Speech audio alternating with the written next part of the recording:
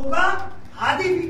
हम चूंकि वो हैं कि जिस पर आकर कमाल की इंतहा हो गई है, तो हम जिसे हादी बनाएंगे वो भी कमाल के उस दर्जे पे होगा कि अगर उसे उठा लिया जाए तो दीन कामिल हो जाएगा।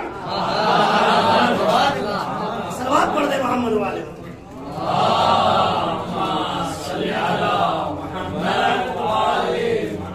यानी अगर उसकी वसायत का ऐलान का मरहला आ जाए तो इतना कामिल होगा कि दीन कामिल कर देगा। तो फिर हम ऐसा हादी इंतखाब करेंगे, तुम न करना। परवरदिगार क्यों? इसलिए कि बशरियत मेरी, खुदा तो मैं, बशरियत मेरी, दीन मेरा, इस्लाम मेरा, मखलूक मेरी। तो फिर हादी की जिम्मेदारी तुमने कैसे ले ली? हादी भी मैं ही इंतखाब करूंगा। तुम्हें यह हक किसने दिया कि तुम हादी का इंतखाब करो? अच्छा परवरदिगार ठीक है, हादी का इंतखाब तुम कर रहा है, कर दे, लेकिन कोई मेयार हादी का रखेगा कि नहीं रखेगा? आप पूरी तारीख पढ़ जाएगी। मैंने बहरहाल मैं पूरी तारीख नहीं पढ़ी, लेकिन अगर कोई पढ़ा हुआ है तो वो मुझे बता दे कहीं पर आपने ये पढ़ा हो कि शैतान ने जनाबे आदम के सामने जब अपना सर उठाया है ये कह के कि आग मिट्टी से अफजल होती हो, तो ये कहो परवरदिगार मुझे बना दे। कहीं पर आपने देखा ये लिखा हुआ कि शैतान ने कहा परवरदिगार? ये जरूर कहा है कि आग मिट्टी से अफजल होती है, अपनी अफजलियत का इकरार किया है, लेकिन अपने आप को हकदार नहीं माना कि मुझे बनना चाहिए। ये तो कयामत रसूल के बाद हुई है कि लोगों ने अपने आप को इस काबिल समझ लिया कि रसूल की जगह आ जाए। यानी जहां शैतान भी पीछे हट गया वहां ये मसला नहीं हुआ है, बल्कि जनाबे आदम का आप देखें अल्लाह ने जो ये निस्बत की है वो क्यों? जब जनाबे ईसा अलैहिस्सलाम इस कायनात में आए हैं, जाहिर है एक अच्छा खासा बवाल हो गया है, इलाके में खबर फैल गई है कि खातून इतने दिन बाद पलटी है तो बच्चा लेकर, पलटी है तो बच्चा लेकर। लेकिन अब कायनात से जाहिर है लोगों की उंगलियां उठ रही है, अंगुशनुमाई हो रही है, और ये कहा जा रहा मरियम तुम्हारे वालिदैन तो ऐसे नहीं थे, तुम ये कहां से लेकर आए? जनाब मरियम के लिए कुरान में मौजूद फाशारत इल्म है, इशारा किया। लोगों ने कहा कैफ़ नुकल्लिमु मन कान फ़िल महदी सबिय्या, कैसे बातें करें जो एक छोटा सा बच्चा है। आवाज आई इन्नी अब्दुल्लाह व आतानियल किताब व जाअलनी नबिय्या, हमें अब्दुल्ला अल्लाह का बंदा हूं, किताब दी है, नबी बनाकर भेजा है। ये उनके यहाँ का नबी होगा जो 40 साल में बनता है, हमारे यहाँ नबी पैदा ही नबी होता है। और दलील कुरान में मौजूद है, 3 दिन के ईसा कह रहे मैं नबी हूं, तो जब ईसा नबी हो सकते तो फिर ये बाकायदा तौर पर अच्छा, चूंकि एक आप देखें मसला ये है कि जनाबे ईसा की विलादत तबीयत से हटकर है। किसी भी इंसान को इस दुनिया में आने के लिए एक कानून तबीयत को तय करना पड़ता है, तय करना पड़ता है कि नहीं? अगर कोई इंसान इस दुनिया में आ रहा है तो उसके लिए कानून तबीयत क्या है? एक मर्द हो, एक शौहर हो, एक शौहर और एक ज़ौजा हो, एक मर्द हो एक औरत हो, तब जाकर एक कानून तबीयत के मुताबिक इस दुनिया में एक बच्चा आएगा। लेकिन जनाब ईसा वो हैं जो कानून तबीयत से हट कर आ रहे हैं। कानून तबीयत ये है कि मर्द और औरत हो तो एक बच्चा दुनिया में आए। जनाब ईसा वो हैं कि जनाब ईसा सिर्फ और सिर्फ जनाब मरियम के तुफैल में इस कायनात में आ रहे हैं। कुदरत ने कहा यही तो हम बताना चाहते हैं, हम हमेशा कानून तबीयत के मोहताज इंसानों को रखते हैं, हमारे लिए कानून तबीयत कोई हक नहीं रखता, कोई मौलिद नहीं रखता। हम इसीलिए बता रहे जब आज हम ईसा को कानून तबीयत के बगैर पैदा कर सकते हैं तो याद रखो ईसा के लिए तो माँ है, हमने आदम को कानून तबीयत के बगैर पैदा किया, इनके लिए तो कम से कम माँ का तस्वुर है। तो इसीलिए कहा कि ईसा की मिसाल आदम जैसी है, वो भी कानून तबीयत से हटकर थे, ये भी कानून तबीयत से हटकर है, दोनों कानून तबीयत से हटकर है। तो अच्छा फर्क क्या? जनाबे आदम भारत, जनाबे आदम को कोई फौकियत है सिवाय एक इंसान होने के, अशरफुल मखलूकात होने के, फरिश्तों के बीच अगर कोई फौकियत नहीं है तो फिर क्या फायदा है? अगर इल्म ना हो ना तो जनाबे आदम कुछ भी नहीं फरिश्तों के सामने। अगर बात आ जाए इंतखाब की, जो मैंने आपकी खिदमत में अर्ज किया कि हादी बनाना उसका काम है, अगर वहां पर इलेक्शन होता ना तो जनाब आदम एक तरफा वोट हट जाते, आज जमाना जब्त हो जाती किबला। क्यों? इसलिए कि कसरत किसकी है? फरिश्तों की। शूरा हो जाता तो फरिश्ते जीतते, अगर लोगों का इज्मा हो जाता तो फरिश्ते जीतते। आदम हर मरहले में हारते। ये तो शुक्र है अल्लाह ने वो इल्म दिया था जिसने आदम को फरिश्तों से अफजल बना दिया,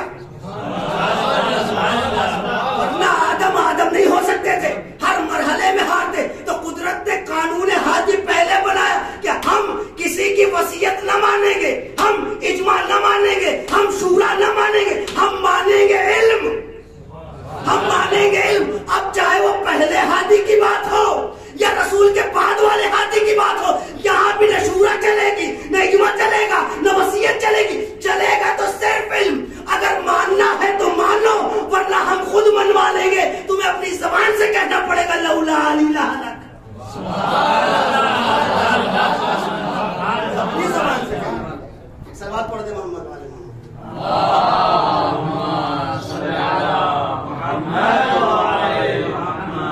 आदम का कोई मेयार ना होता अगर इल्म ना होता। शबाहत है जनाब ईसा में। अच्छा, मैं अपनी बात की तरफ आ रहा हूँ क्योंकि हमारी बात है कानून तबीयत से हटकर बात हुई है। इस आयत में मसला ही कानून तबीयत को रखा गया है, और कुन फयकून की मंजिल वही है जो कानून तबीयत तोड़ दे। कुन फयकून की जो मंजिल है वो यही है जहां कानून तबीयत टूट जाता है। अच्छा, जनाब ईसा इनके पास भी कुछ है कि नहीं?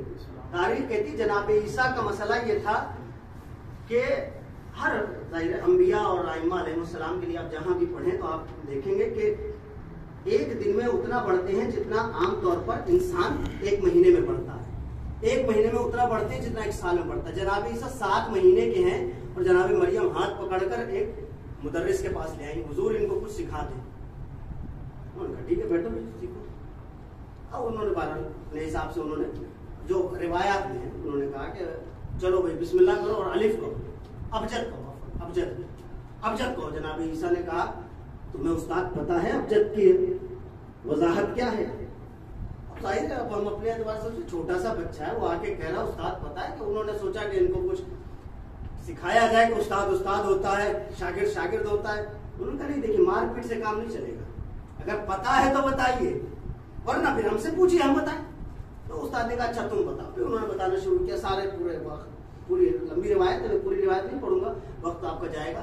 तो उसमें फिर बताया अबजद से मुराद, अलिफ से मुराद आला उल्लाह, बे से मुराद बहजतुल्लाह, जीम से मुराद जमालुल्लाह, ये पूरा उन्होंने फिर बताया। उसके बाद जनाब ईसा ने जब पूरा बता दिया आखिर तक बिल्कुल अबजद हुआ जुत्ती कलमन सबका बता दिया, तो उस्ताद कहता जनाब ईसा की वालिदा से इनको बीबी लेके क्यों आई हो? लेकर जाओ, इनको पढ़ाने की जरूरत नहीं है। वहां आदम का इंतखाब भी इल्म की बुनियाद पर, यहाँ ईसा का फख्र भी इल्म की बुनियाद पर। लेकिन अब एक कानून तबीयत तोड़ रहे हैं इंसान। वो क्या? अब ईसा को भी फन मिला है। वो फन ये है इन्नी अबरऊ अल अबरस वल अकमा, मैं सबको सही कर दूंगा, ठीक कर दूंगा, बरस वालों को भी, अंधों को भी, सबको ठीक कर दूंगा। अच्छा एक बात बताइए, आमतौर पर जब डॉक्टर के पास हम जाएं तो डॉक्टर अगर हमें ठीक करे और दवा दे तो वो कानून तबीयत के मुताबिक है। क्यों?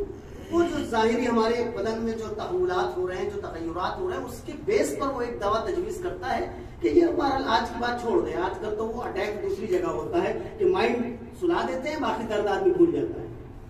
लेकिन असल में जो पहले होते थे जो हुक्मा वो यही करते थे, जो तहव्वुलात हैं उनसे एक दवा तजवीज होती थी, और वो यानी कानून तबीयत के मुताबिक दवा दी जाती है। लेकिन जो जनाब ईसा कर रहे हैं, आए कानून तबीयत के मुताबिक कर रहे हैं। डॉक्टर तो एक कानून तबीयत के मुताबिक करता है, मरीज देखता है, दवा तजवीज करता है, दवा खाओगे, एक प्रोसेस को अदा करोगे, पूरा करोगे तो सही होगे। लेकिन जनाब ईसा कह रहे प्रोसेस करने की जरूरत नहीं, मेरे पास आओ, मैं हाथ फेरूंगा तुम ठीक हो जाओगे। यह है कानून तबीयत के खिलाफ बात।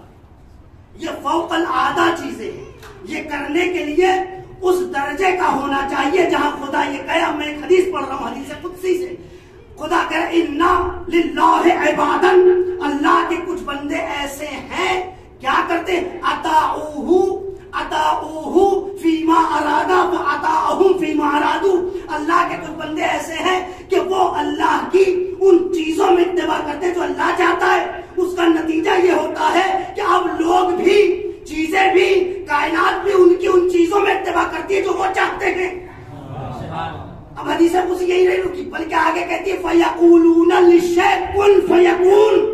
मंजिल ये हो जाती है कि वो अगर किसी को कह दे हो जा तो वो मारा से वजूद में आ जाया करती है।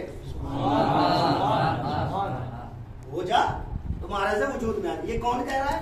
खुद खुदा हदीस कुदसी में कह रहा है कि अल्लाह के कुछ बंदे ऐसे हैं। अच्छा, ऐसा बंदा बनने के लिए बहुत ज्यादा प्रोसेस की जरूरत है, बहुत ज्यादा रियाजत की जरूरत है, जो ऐसा बंदा बन जाए कि अल्लाह उसके लिए कहे कि अब तुम जो कहोगे वो होगा। जबकि ये वाली सिफत सिर्फ खुदा के लिए है। तवज्जो दीजिएगा, अच्छा कोई मुझे गाली उली ना कहे। ये सिफत सिर्फ खुदा के लिए है। कुरान मजीद में सिर्फ 8 जगह इस्तेमाल हुआ है कुन फयकून की मंजिल का, और 8 मरतबा खुदा के लिए इस्तेमाल हुआ है। इसके अलावा आपको पूरे कुरान में नहीं मिलेगा 8 मरतबा से ज्यादा। लेकिन अल्लाह ने उसको भी अपने खास बंदों के लिए रखा। अल्लाह अकबर। वो मंजिल कि जहां पर एक लफ्ज कहने से कोई चीज वजूद में आ जाए, अल्लाह ने वो भी अपने उस बंदे के लिए रखा है जो अल्लाह की राह में फना होने को तैयार है। अच्छा, वो कैसे पता चलेगा? अब फिर दूसरी हदीस कुछ सहारा दे रही है, अब्दी अतिअनी अजालो का मसली। मेरे बंदे मेरी इताअत कर, मैं तुझे अपने जैसा बना दूंगा। ये कौन कह रहा है? हम और आप। हम आप कहे तो आप कहेंगे क्या आप जैसे बन के करेंगे क्या? 50 केस आपके ऊपर पहले से, आप जैसे बन के हमारे ऊपर भी हो जाएंगे। आप जैसे बन के हो क्या करेंगे? आप में कोई फजीलत थोड़ी नहीं। लेकिन अगर ये साहिब फजीलत कह दे कि हम तुम्हें अपने जैसा बना देंगे तो बड़ी बात। खुदा कह रहा अब्दी अजालो का मसली, मेरे इताअत तो अपनी तरह बना दूंगा। खुदा कैसा बना देगा? अना हय्युन ला अमूत अजालो का हय्यन ला तमूत। मैं वो जिंदा हूं जो कभी मर नहीं सकता, तुझे भी ऐसा जिंदा बनाऊंगा कभी मरेगा नहीं। अना गनियुन ला अफ्तकिर अजअलु का गनियन ला तफ्तकिर। ऐसा गनी हूं किसी का मुहताज नहीं। मेरा बन के तो देख, ऐसा गनी बनाऊंगा दूसरों को सैराब करेगा। ऐसा बन के देख। अना, अब आखिरी जुमला कयामत का, अना महमा अशाओ वकून अजअलु का महमा तशाओ तकून। मेरी इताअत कर, मैं वो हूं जहां चाहता हूं वहां रहता हूं। मेरी इताअत कर, तुझे भी ऐसा बनाऊंगा जिस दिल में चाहेगा रहेगा। लेकिन शर्त क्या है? अब्दी अतअनी, मेरी इताअत लाजिम है। तो इसका मतलब अल्लाह के कुछ बंदे ऐसे हैं जिनको अल्लाह ने ये सुपर पावर दी हुई है कि जो मैं कर सकता हूं वो तुम भी कर सकते हो। अब मुझे बताइए, जिंदगी और मौत पर कब्जा किसका? हयात और मौत पे कब्जा तो अल्लाह का है ना। यही है ना भाई। मलकुल मौत का इंतखाब ऐसे ही थोड़ी ना हुआ, कितना मुश्किल हुआ। जनाब आदम की मिट्टी उठाने में हालत खराब हो गई फरिश्तों की। जगह जगह से लेके जा रहे हैं सब वो दुआई दे रहे हैं, सब दिल मोह हो जा रहा है। कहा नहीं, मलकुल मौत ने कहा कुछ नहीं भाई हुजूर, मैं तो लेके जाऊंगा। क्यों? कहा अल्लाह का अमर है, इसके आगे कुछ नहीं। भाई आदम को आदम क्यों कहते? इसीलिए ना मिन अदी मिन अल्लाह, क्योंकि वो ऐसी मिट्टी से बने जो मायल बसुर्ख थी, मायल बसुर्खी थी, उससे बने। अच्छा, लेके चले गए, मलकुल मौत बन गया। लेकिन मलकुल मौत आप पूरी तारीख में एक जगह के अलावा दिखा दें कहीं मलकुल मौत बशारत देने आए। मलकुल मौत जब आता है ना तो कयामत लेके आता है, बशारत के लिए नहीं आता। सिर्फ तारीख में एक मकाम है जहां पर जनाब मलकुल मौत बशारत लेकर आए। मेरे ख्याल से आपकी निगाह से गुजरा होगा। जनाब इब्राहिम को जनाब इसहाक की बशारत देने जो फरिश्ता आया वो जिब्राइल नहीं था, मलकुल मौत था। अब से कि जनाब इब्राहिम के लिए मिलता है, वो जब घर से जाते थे बाहर से ताला लगा के जाते थे। उस जमाने में जो इस्तेमाल होता हो बंद करने का प्रोसेस, वो करके जाते थे। इतनी हमीयत थी, गैरत। पलट के आए तो घर के अंदर एक जवान मौजूद है, तो हमारे घर में क्या कर रहा? वो तो मैं दरवाजा बंद करके गया। कहा मुझे कहीं जाने के लिए इजाजत की जरूरत नहीं होती। यही कहा, इजाजत की जरूरत नहीं होती है। हाँ, मैं जहां जाता हूं तो शुक्र करो तुम्हारे घर में बशारत देने आया हूं। वरना तो मैं जहां जाता हूं कयामत लेके जाता हूं। इब्राहिम बशारत हो कि तुम्हारे यहाँ एक बेटा पैदा होगा जिसका नाम इसहाक होगा। तारीख में कुरान ने लिखा, बीवी मुंह पीटते हुए आई कि कैसे होगा, इन नबाली शेखा, मेरा शौहर तो बूढ़ा हो चुका है, कैसे हमारे यहाँ बेटा पैदा होगा? अल्लाह की मशीयत है, बेटा पैदा होगा। कभी हमने गौर किया कि जनाब इब्राहिम के पास ऐसे आलम में जब घर बंद है, बशारत लेकर मलकुल मौत ही क्यों आया? क्यों आया? इसलिए कि मलकुल मौत वो फरिश्ता है, उलमा लिखते हैं इसलिए वो फरिश्ता है, इसे कहीं जाने के लिए इजाजत की जरूरत नहीं है, कहीं भी कभी भी जा सकता है।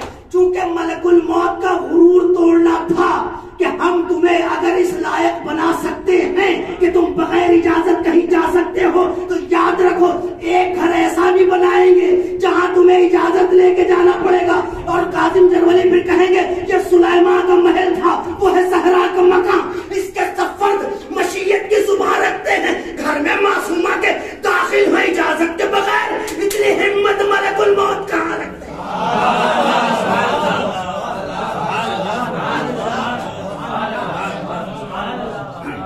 मैं दाखिल हूं इजाजत के, घर में मासूमा के दाखिल हो इजाजत के बगैर, इतनी हिम्मत मलकुल मौत कहां रखते हैं? तो ये वजह थी। तो अच्छा, तो जाहिर है जनाबे ईसा मामला ही अलग कर रहे हैं, तबीयत से हटकर बातें कर रहे हैं।